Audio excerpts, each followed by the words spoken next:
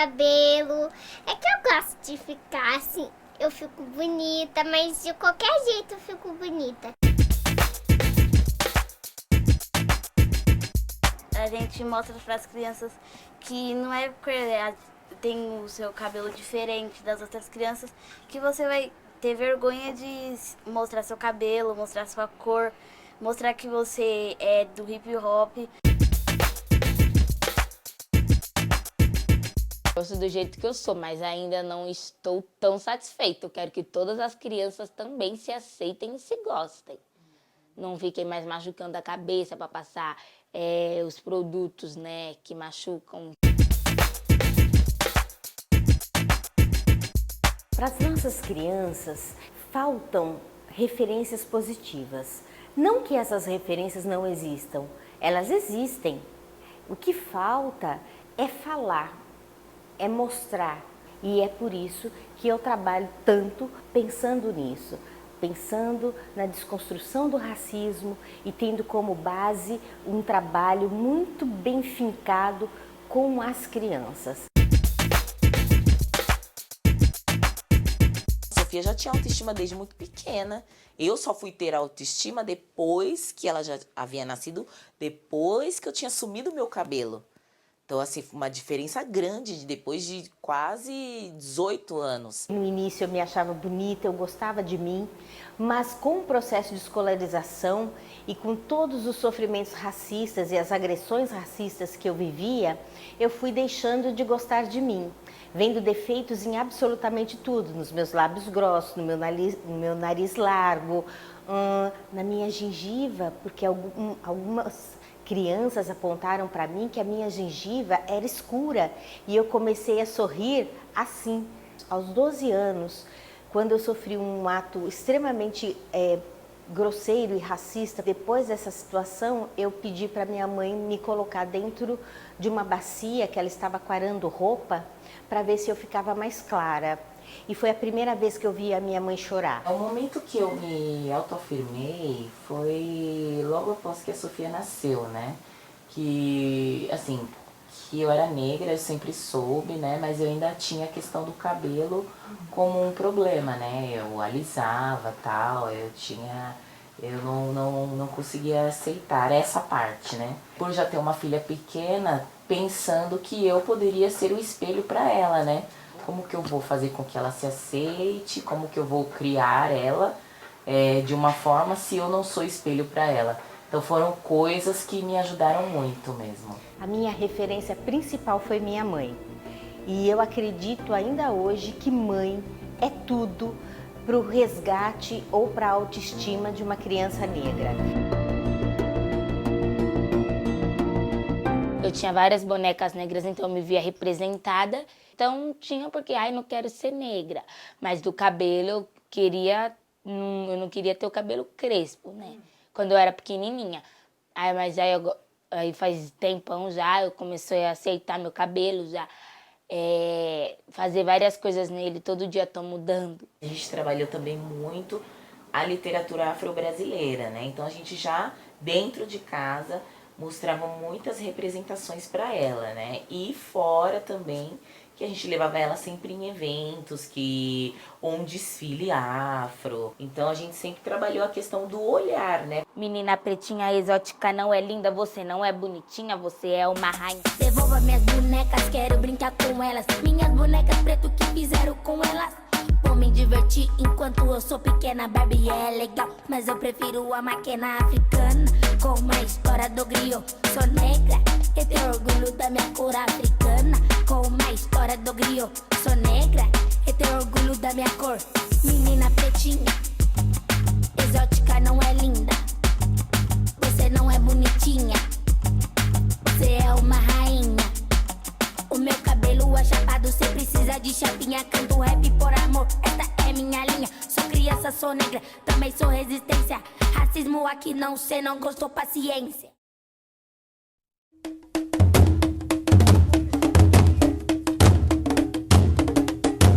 Quando você está sai desse universo da mídia e você se aproxima dessas mulheres negras e periféricas, você encontra um universo potente e maravilhoso de mulheres criativas, de mulheres que estão mudando o mundo, o seu pequeno mundo ao redor e, consequentemente, enfim, interferindo nessa lógica racista e machista e sexista do mundo, né? A gente acredita piamente que nós, mulheres das periferias, enquanto jornalista, a gente acredita que a gente pode utilizar dessa ferramenta da comunicação na construção de novas narrativas e com isso também reforçar as nossas identidades, principalmente quando a gente fala da mulher negra.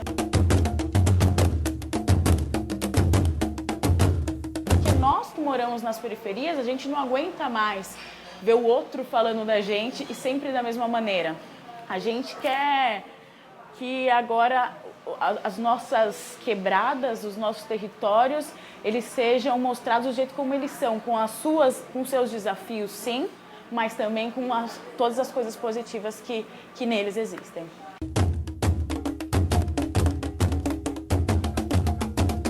Meios de comunicação, eles acabam ficando nas mãos de poucos grupos econômicos, né? E isso acaba determinando tudo aquilo que as pessoas no Brasil ouvem, né, leem e assistem nas emissoras de TV.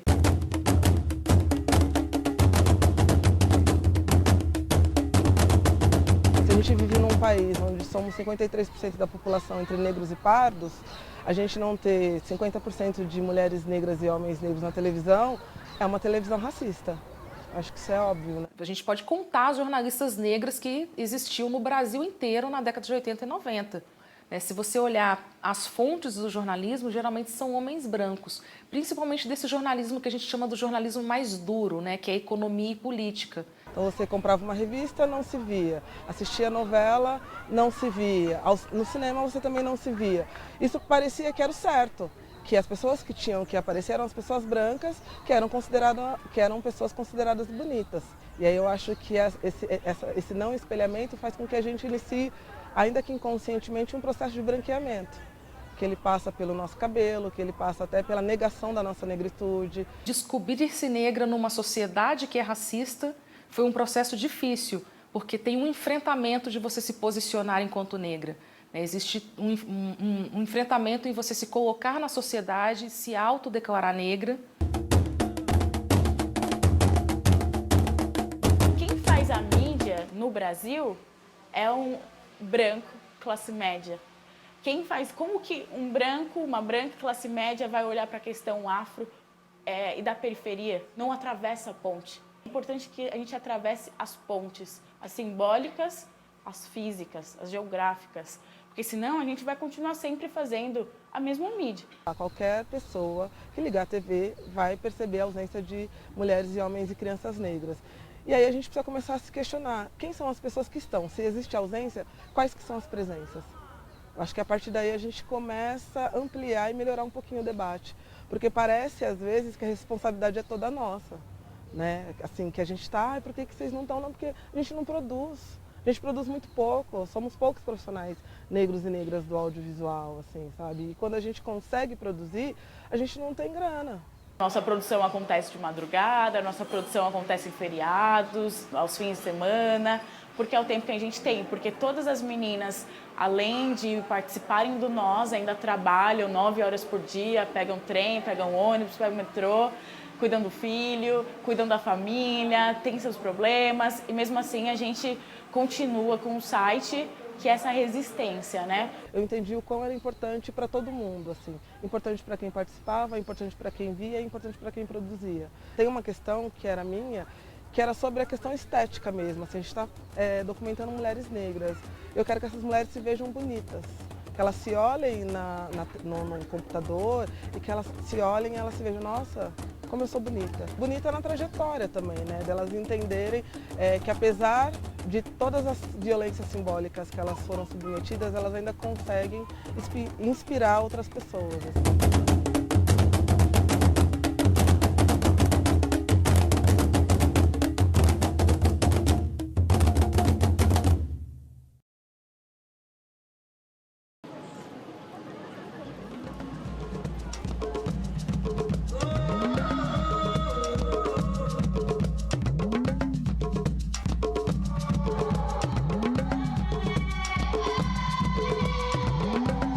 Eu chamei o trabalho de Bombril porque na verdade, Bombril é uma marca, mas é uma palavra que as pessoas usam como apelido para se referir ao cabelo crespo. A Marcha do Orgulho Crespo é um movimento nacional de valorização da estética negra, estética afro-brasileira, a partir do cabelo crespo. Muitas pessoas, eu acredito que elas ficam tão impactadas que eu acho que talvez naquele momento elas não saibam como reagir a isso, como digerir, sabe? Geralmente a expressão das pessoas, algumas às vezes fazem uma expressão, acho que de estarem um pouco perplexas, assim. Outras eu acho que não conseguem mesmo, naquele momento, digerir isso, assim, porque é uma imagem muito impactante. Eu estou ali no chão, numa posição que realmente não é uma posição agradável, né? Eu estou lavando panelas com o meu próprio cabelo. Uma vez uma pessoa me perguntou se no trabalho, quando eu faço o trabalho, se eu não estou confirmando esse apelido, sabe? Mas não é uma confirmação. Eu não estou querendo confirmar que o meu cabelo é isso. Mas quando as pessoas fazem essas comparações, comparar o meu cabelo a uma esponja de lavar vasilha é reduzir uma parte do meu corpo, o meu cabelo e, consequentemente, a mim, a um objeto. E quando as pessoas falam isso pra gente, elas não têm ideia de como isso machuca, de como isso é doloroso. Né? E no trabalho, quando eu faço o trabalho, eu torno essa imagem concreta. E eu acho que a partir daí as pessoas conseguem ver o que é isso. Elas são obrigadas a encarar aquela ofensa, aquela situação que elas nos fazem passar. Eu acho que tem duas discussões que tem a ver com o que eu faço e tento discutir também no Orgulho Crespo, que é essa estética pela moda, ou de parecer que é uma moda, esse black power, esse colorido, esse brinco dessa forma, esse batom não sei das quantas, coloridão. Mas eu acho que no fim das contas ele é uma aceitação de si, um reconhecimento da própria identidade e uma manifestação desse ser como possibilidade e como liberdade. Eu gosto do meu cabelo, né? Eu tirei o aplique faz 3 anos e há 3 anos eu assumi o meu lado crespo. Que eu goste ou não, eu gosto, isso que é o suficiente. Meu nome é Natália, eu fiz 11 anos ontem e vou assumir meu cabelo cacheado. E eu gosto do meu cabelo porque, assim, ele é o meu cabelo, ele é natural, fiquei muito tempo usando química. Eu adoro meu cabelo porque eu me sinto livre usando ele, já fui muito escrava do alisamento, que você não conseguia sair de casa sem passar prancha, chapinha, perdi um tempão. E eu gosto do meu cabelo, me dá poder e é muito bom, é liberdade. Depois que eu parei de alisar o cabelo, que eu fui me conhecendo e que eu tive essa consciência, sabe? Essa sou eu. Gente, a sensação de liberdade é indescritível, sabe? De ser você mesmo, de se conhecer e de se amar como você é. Então, a cada dia que passa, pra mim é mais força. Quando as pessoas fazem comentários sobre o meu cabelo, cara, eu não me sinto ofendida, sabe? Eu tenho mais vontade de que o meu cabelo cresça, de que ele fique cada vez mais alto, que ele fique cada vez mais pra cima. Nossa, hoje assim, eu tô muito feliz, sabe, assim, é uma força, eu acho que é isso que a gente ganha, sabe, liberdade e principalmente força. Eu não preciso mais esconder quem eu sou. E correr da chuva com o cabelo crespo era esconder quem você é, né? As pessoas não podem me ver dessa forma. Eu não posso ir à praia com esse cabelo, eu não posso. A gente inverteu a lógica, é isso que a gente tá fazendo com o tempo. Quando a gente se monta, quando a gente vai num espaço que não nos querem, quando a gente aparece numa revista, quando a gente ocupa o cargo de chefia, a gente está se mostrando como a gente é. Papo. Com chuva, sem chuva, sim.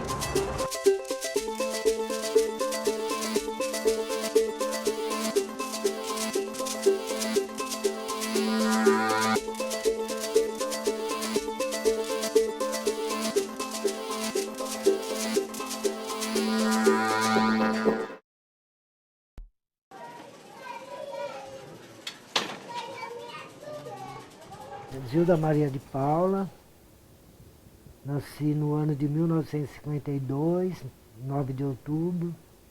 64 anos, filho adotivo. Eu costumo falar que eu não nasci, que eu surgi. Tiraram o meu direito de ser chamada de mãe. Nunca mais vou escutar essa palavra. Mãe. Não vou escutar mais. Eu não sou mãe de Osasco. Eu sou mãe do Fernando. Fui. Não sou mais mãe do Fernando.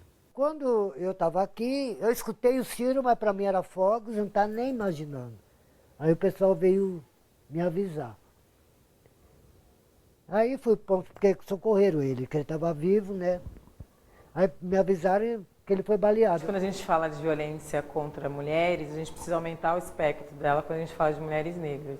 Né? Porque eu acho que perder um filho vítima da violência policial deve ser considerado uma violência também para essa mãe. A cada 23 minutos, um jovem negro é assassinado. Então essa mulher perde seu filho na mão do Estado e depois essa mulher fica abandonada no sentido psicológico de ter que lidar com uma perda de um filho de uma maneira violenta. As negras são a base da pirâmide social brasileira.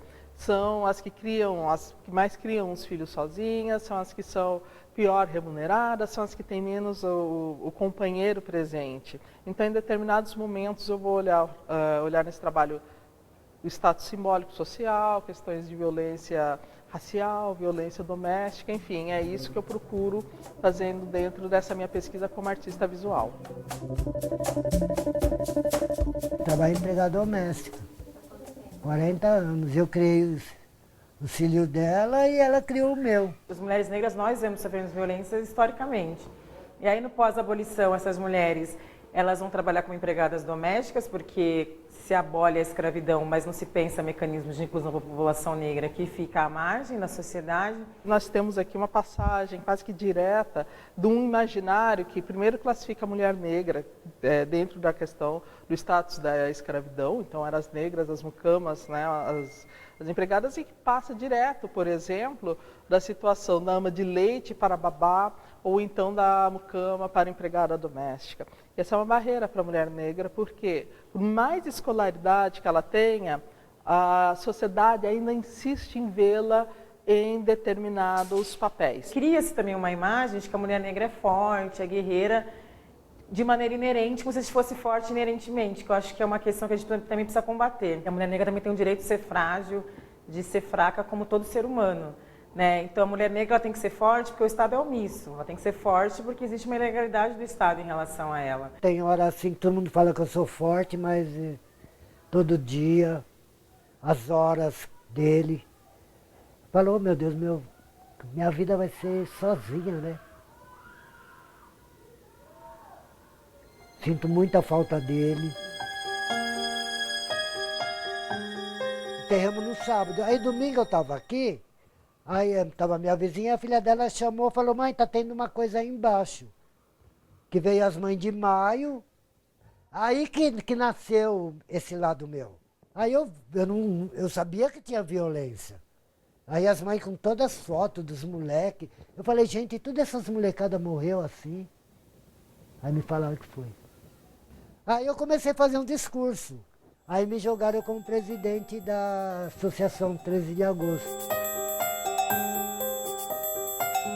Eu não posso ficar doente, porque se eu ficar doente, quem vai cuidar de mim? Eu não posso calar. Eu não vou calar. Pelo meu filho e pelos outros que morreram.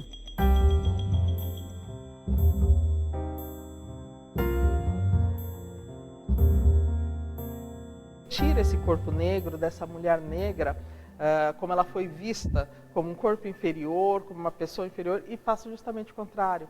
Ela, para mim, se torna símbolo de uma cultura nascente. Ela é como se fosse uma matriz, uma semente, passa a simbolizar a semente da cultura brasileira.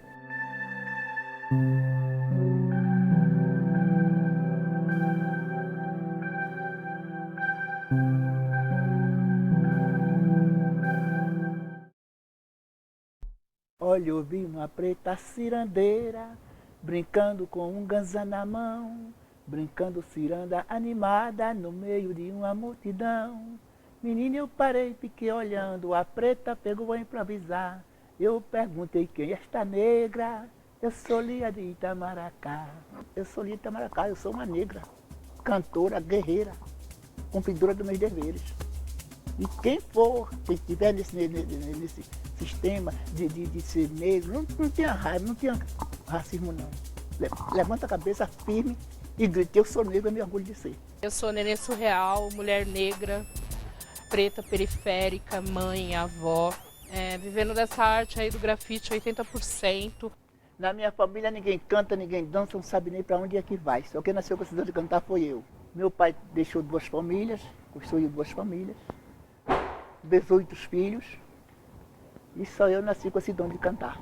Eu já lido com a arte há alguns anos, além do grafite, eu faço escultura, eu sempre lidei, modelei, e venho de uma criação de vó, né, que é uma criação de dar o castigo para a criança, sentar a criança do lado e fazer enrolar lã, fazer enrolar linha, né? E aí começa aí, né, essa coisa do desenho, de realmente,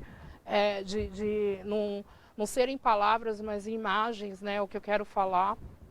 E aí eu tive um relacionamento complicado, né, de violência doméstica, venho também de uma mãe que sofreu isso. E aí fui mãe muito nova, né? Mas sempre essa questão da arte estava muito incutida em mim, né?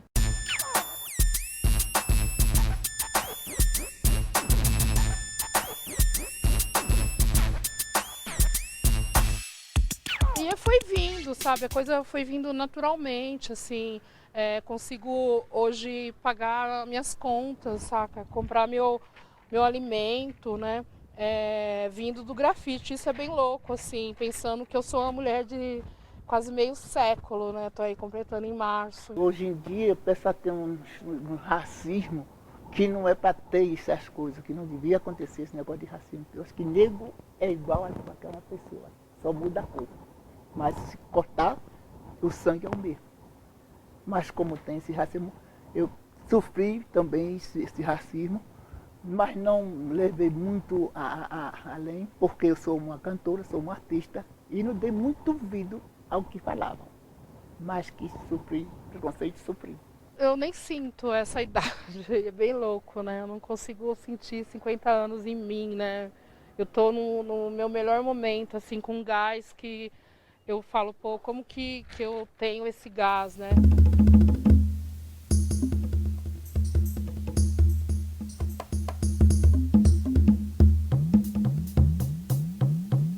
Eu fico pensando sempre nas pretinhas, saca? E aí é o lance da representatividade. Se eu tô aqui, sou mulher preta, gorda, mais velha, sabe? Fora totalmente do estereótipo que a sociedade, o sistema implanta na cabeça de todo mundo, então qualquer pretinha pode. O papel da mulher preta, principalmente nas artes, é esse, é você abrir portas, né? Eu tô aqui pensando sempre nisso. Eu não quero ser mais uma, saca? Não posso ser mais uma. Todo meu sonho era cantar, e eu cantei, e esse sonho eu realizei. E hoje estou no mundo, no Brasil, né, me encontrando com pretos, com brancos. Estou me juntando mesmo para ver se acaba com esse racismo. Olha, essa mulher aqui, por ela, cara, esse espaço aqui. Ai, linda, bom te ver, bom te ver, bom te ver. Que saudade. Ai, quando você vai voltar? Que essa mulher é assim, né? Tô já pedindo espaço em março. Tudo isso aqui pra gente, dá uma expectativa mega para as mulheres e para as crianças daqui.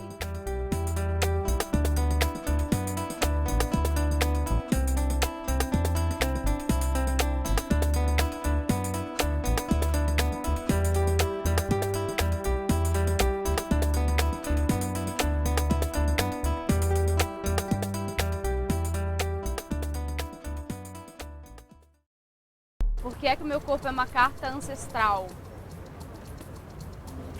Porque ele pode ser lido. E ele é o meu melhor instrumento de transição. Do ontem, do presente, do futuro, da transição física, de habitar a cidade, de transitar. Ele pode ser lido, ele está sendo lido agora. Meu corpo é uma carta ancestral, eu acho que está escrito nele desde, eu vou olhar por um lado da resistência, eu acho, assim, desde mulheres negras que não se conformaram com a situação que elas viviam, da ancestralidade, eu acho que no meu corpo está escrito a história dos meus ancestrais, dos orixás, da Yansan, que era guerreira e que não tinha esse fenótipo do feminino como frágil. Pensar a ideia de carta que se manipula, a carta que se joga, a carta que se recebe, a carta que se envia. Eu sou esse corpo possível e conectado. Para mim, a ideia de ancestralidade é sempre uma conexão. Eu acho que no meu corpo também está escrito a história de Dandara, a história de Aqualtune, a história de tantas outras e de muitas que preferiram morrer a ser escravizadas e que por conta delas eu tô aqui hoje. Eu acho que se meu corpo existe é por conta delas, assim, não teria como eu estar aqui hoje sem elas terem lutado e sem elas terem existido. Então eu acho que nesse sentido meu corpo também é a continuidade dessa luta e dessa ancestralidade. Principalmente depois que eu raspei a cabeça, assim, raspar a cabeça foi uma decisão e um momento bem impactante, sabe? Assim, as pessoas olhavam muito na rua, mas foram momentos assim de que eu pude me assumir, sabe? Assim, aceitar.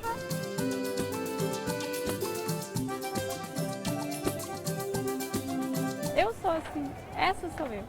Esse é o meu cabelo, eu sou negra, sou uma mulher negra.